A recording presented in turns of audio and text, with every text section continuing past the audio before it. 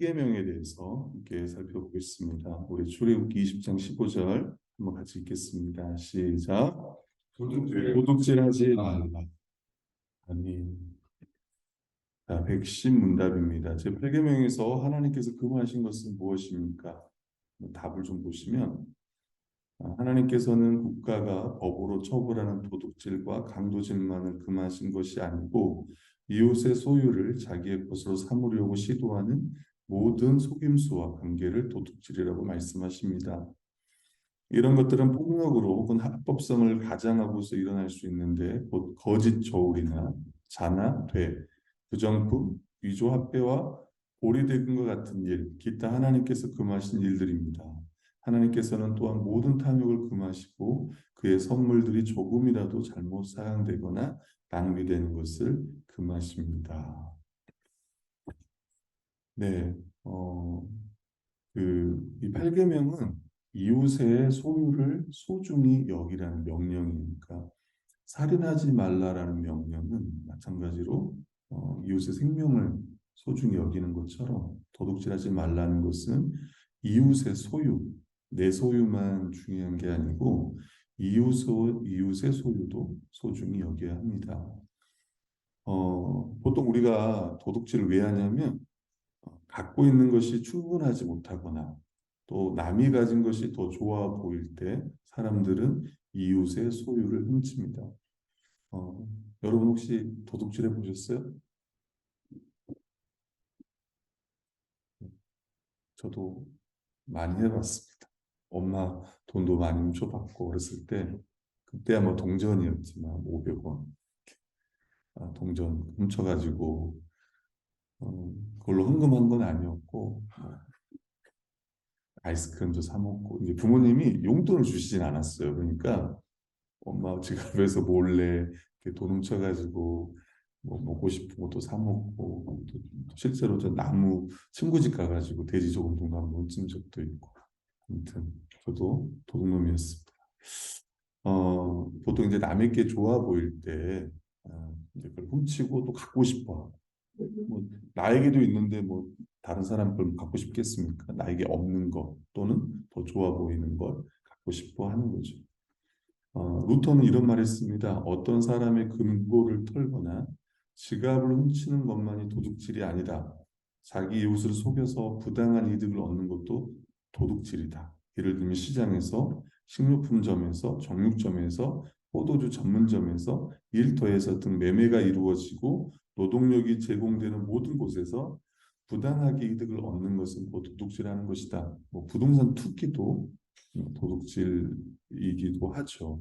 또 그 당시에는 이제 시장에서 많이 물건을 사고 이렇게 팔고 샀기 때문에 저울로 이렇게 속여서 가끔 그런 거 그 냄비로 파는 분들 보면 뚜껑 안쪽에 많이 이렇게 구부른다고 해야 되나요? 그래서 이렇게 좀 올라오게 해가지고 좀 더 적게 주려고 하는 이런 것도 그런 거 같고 가끔 과일 같은 거 사도 보면 썩은 거 이렇게 밑에 딱 좋은 거 위에다 올려 이런 것도 도둑질이죠 사실은.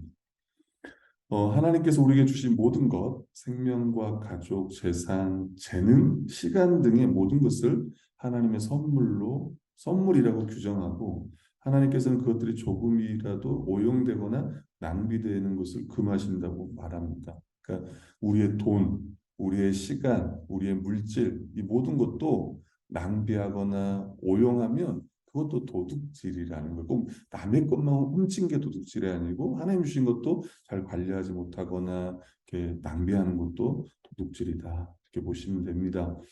우리가 물품을 낭비하고 또한 주어진 일을 게으르게 한다면 그것도 8계명을 어기는 거다. 그래서 직장 다니면 이제 직장에서도 이제 지각하는 것도 그렇고 또 직장 가가지고 일 열심히 안 하고 우리가 이제 농땡이라고 하잖아요. 농땡이 피우는 것도. 뭐 저도 마찬가지죠. 목회자로서 담임 목사로서 또 제가 해야 될 일들을 안 하고 막 게으름 피우고 그러면 그것도 도둑질인 거예요.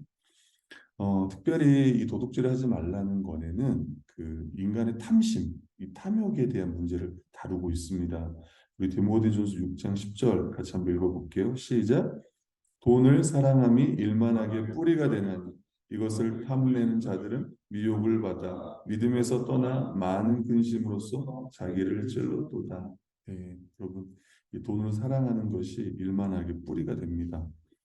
이것을 탐내는 자들은 미혹을 받아 믿음에서 떠나 근심으로써 자기를 찔러요. 늘 염려와 근심 가운데 살아가는 그 이유 중에 하나가 이 탐욕 때문에. 여러분, 탐심우상 숭배라고 성경은 말씀하고 있습니다. 히브리서 13장 5절에도 보면 같이 한번 읽어볼까요? 시작. 돈을 사랑하지 말고 있는 바를 족한 줄로 알아. 그가 친히 말씀하시기를 내가 결코 너희를 버리지 아니하고 너희를 떠나지 아니하시리라 하셨느니라. 아멘. 돈을 사랑하지 말고 있는 바를 족한 줄로 알라. 돈을 싫어하는 사람은 없습니다. 사실 다 돈을 좋아하고 또 돈이 필요하기도 하고. 근데 이제 돈에 대한 너무 이제 이렇게 욕심을 부리면 근데 그게 이제 문제가 되고 심하면 이제 도둑질을 하거나 아니면 더 이렇게 이윤을 남기려고 이렇게 또 이렇게 네, 그래서 특별히 오늘 기도하면서 실제로 내가 도둑질을 하지 않지만 또 정말 내 마음 가운데 혹시 욕심이 있지 않는지 또 내가 가지고 있지 않은 거 또 남들이 가지고 있는 것도 부러워하고 있지 않는지 모든 걸 말하는 거예요. 어, 이런 부분들을 또 회개하고 실제로 이제 이 8계명이 우리에게 하고 싶은 말은 이제 뒷부분에 있다고 봅니다. 이 계명에서 하나님께서 원하시는 것은 무엇입니까? 답을 보시면 내가 할 수 있고 해도 좋은 경우에는 나의 이웃의 유익을 증진시키며 내가 남에게 대접을 받고 싶은 대로 이웃에게 행하고 더 나아가 어려운 가운데 있는 가난한 사람을 도울 수 있도록 성실하게 일해야 합니다. 어려운 이웃을 도우라. 다르게 표현한다면 구제하라. 좀 보실 수 있을 것 같은데 하나님은 우리가 하나님 주신 모든 것으로 자신과 이웃을 돌보기를 원하십니다. 그러니까 자기만 이제 잘 먹고 사는 게 아니라 항상 우리는 하나님 주신 내 몫에는 다른 사람의 몫도 같이 있다는 것을 우리는 늘 기억을 해야 합니다. 제가 지금 이제 2040 기도하면서 데살로니가전서 말씀을 계속 보고 있는데 이번 주에 봤던 말씀입니다. 4장 11, 12절에 보면 또 너에게 명한 것 같이 조용히 자기 일을 하고 너희 손으로 일하기를 힘쓰라. 이는 외인에 대하여 단정하고 행하고 또한 아무 궁핍함이 없게 하려 함이라. 사실은 일단 일을 자기 손으로 수고하고 또 수고해야 다른 사람에게 또 해를 끼치지 않을 뿐만 아니라 또 다른 사람을 도울 수도 있는 거예요. 또 도와야 하고 이제 저희가 한번 이제 내년부터 이제 구제헌금에 대해서도 좀 본격적으로 좀 시행을 해보려고 합니다. 요한일서 3장 17, 18절 보면 누가 이 세상의 재물을 가지고 형제 궁핍함을 보고도 도와줄 마음을 닫으면 하나님의 사랑이 어찌 그 속에 거하겠느냐. 자녀들아 우리가 말과 혀로만 사랑하지 말고 행함과 진실함으로 하자. 실제로 지체들이 어려울 때 우리는 도와야겠죠. 무엇보다 제가 항상 신학생들한테 그런 말을 많이 했어요. 어, 사실 이제 요즘 신학생들은 제가 봤을 때는 이제 모르겠어요. 옛날에는 진짜 여러 목회자들 중에 실제로 밥을 못 먹고 그 쌀이 없어서 밥을 못 먹었던 목회자들이 있었습니다. 뭐 지금도 있고 어, 이제 저도 그 용돈을 많이 받지 않았기 때문에 실제로 그 밥 사 먹을 돈이 없어서 밥을 못 사 먹었던 적도 있고 그 실제로 그래서 제가 학교 다닐 때 신대원 다닐 때 한 번도 반찬을 남겼던 적은 없어요. 공부 열심히 할 때 그런 자랑을 했어야 되는데 제가 밥을 남긴 적은 없어요. 그만큼 이제 좀 못 먹고 살았던 이제 뭐 그런 시대가 있었던 것 같긴 하는데 근데 요즘에는 이제 다 웬만한 신학생들은 다 잘 먹고 사는 것 같습니다. 요즘에 보면 아닌 분도 있겠지만 근데 제가 이제 신대원생들한테 그런 이야기를 많이 했어요.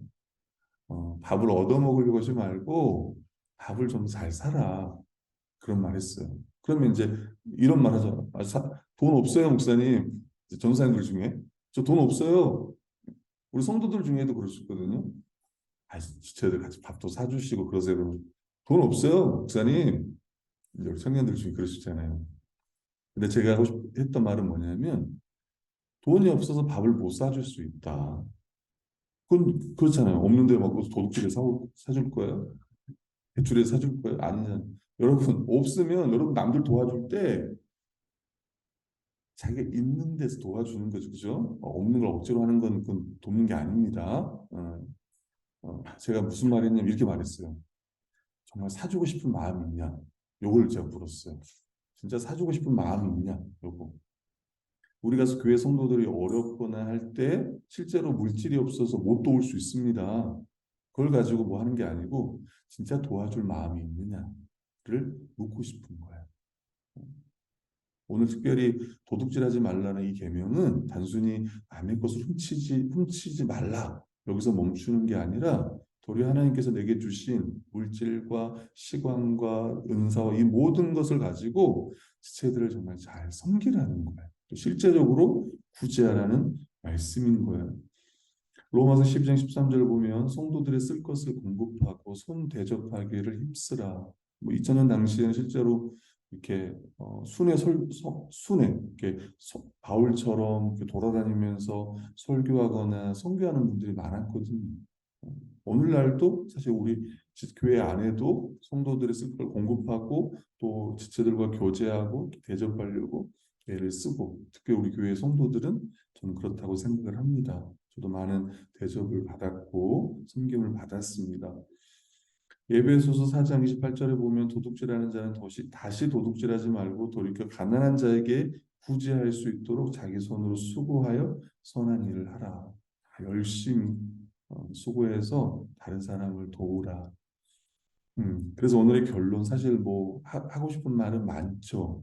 도둑질에 대해서 말하고 싶은 것도 많고 그럼에도 불구하고 결론은 제가 예전에 PTS 목회자교에서 다뤘던 내용 중에 하나인데 결론은 그겁니다. 검소하게 살자. 하나의 적용점입니다. 이게 나의 소유가 원래 내 것이 아니기에 함부로 사용하지 않아야 한다. 이건 다 내 거라고 생각해요. 하나님 주신 것을 내 거라고 생각해요. 어, 사실 구제도 마찬가지예요. 오른손이 한 일을 왼손이 하지 말라고 했는데 여러분 자꾸 이제 우리는 어, 자꾸 내가 구제하고 이런 거를 이렇게 우리 교회는 아직 구제를 하는 게 아니기 때문에 이렇게 드러내는 것도 없는데 자꾸 우리는 이렇게 내가 남을 돕거나 이렇게 구제하거나 하면 이걸 좀 남들이 알아줬으면 하는 생각이 많습니다. 근데 잘 생각해 보면 다시 돌아보면 이건 내 게 아니에요. 맞죠? 내 거라면 자랑할 수도 있어. 내 거라면. 하나님의 것을 내게 맡기신 거잖아요. 그래서 우리가 청직이라는 표현도 쓰고 그래서 일단은 나의 소유가 하나님 주신 것이기 때문에 함부로 사용하지 않아야 된다. 이걸 좀 기억해 주시고 우리의 몸도 마찬가지입니다.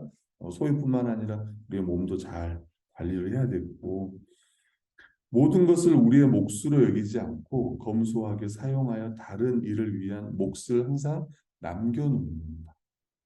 그래서 오늘 청년들이 저축도 잘했으면 좋겠고 실비도 잘 넣었으면 좋겠고 결혼할 준비도 좀 했으면 좋겠고 어, 돈을 모아놨는데 배우자가 아직 없어서 결혼을 못하는 것과 배우자는 있는데 내가 돈을 못 모아가지고 결혼을 못하는 건 아니잖아요, 그죠? 그래서 사실 저는 이제 뭐 모아가지고 결혼한 건 아니었습니다. 또 모을 수 있는 그런 위치도 아니었었고 그래서 여러분들은 또 다르다고 생각해요. 그래서 여러분들은 결혼할 준비도 하고 자기를 위해서 미래를 위해서 다 준비하지만 그 가운데 하나는 그냥 다른 사람을 위해서 그 몫을 항상 남겨두는 거예요. 그것들을 미리미리 그러려면 생활의 규모가 좀 더 검소해야 될 거예요. 음. 소유가 늘어날 때에도 나를 위한 몫이 늘어났다고 여기기보다 하나님께서 다른 일을 위해 사용할 몫을 더 주셨다고 생각해야 한다. 그래서 여러분 그 유명한 일화 중에 하나가 저는 잘은 기억 안 나는데 존 웨슬리를 아마 예를 들 거예요. 만약에 존 웨슬리가 10달러를 받았어요, 월급을. 그러면은 3달러를 자기가 쓰고 7달러를 구제하는데 돈을 쓰는 거예요. 그럼 이제 50달러를 받았어요. 그럼 그가 몇 달러를 쓰고 3달러 쓰는 게 아니라 5달러 정도 쓰고 나머지 45달러를 구제하는 대로 썼어요. 근데 이제 오늘날에 보통은 보면 내가 월급이 늘거나 내가 좀 이렇게 하면 그만큼 소비가 늘어나는 거예요. 여긴 저도 마찬가지입니다. 저도 보니 실제로 또 아이가 태어나고 하다 보니까 실제로 들어가는 돈이 정말 많이 들어요. 결혼 치료도 받으니까 그 돈이 정말 상상할 수 없는 돈이 들어가는 것 같아요. 돈들이. 그래서 이거를 지금부터 여러분들이 더 검소하게 돈을 아끼면서도 또 쓸 때는 쓰고 또 준비할 것도 준비하고 또 지체들을 위해 이런 다른 사람들을 도울 몫을 또 이렇게 미리 좀 준비하고 그래서 이 8계명을 잘 지키는 우리 그 말씀 교회가 되었으면 합니다. 특별히 또 그 말씀 교회 성도들이 그렇게 또 다른 지체들을 도우려고 또 교회를 도우려고 또 예를 써주는 것도 제가 잘 알고 있고 또 귀한 섬김에 감사를 드립니다.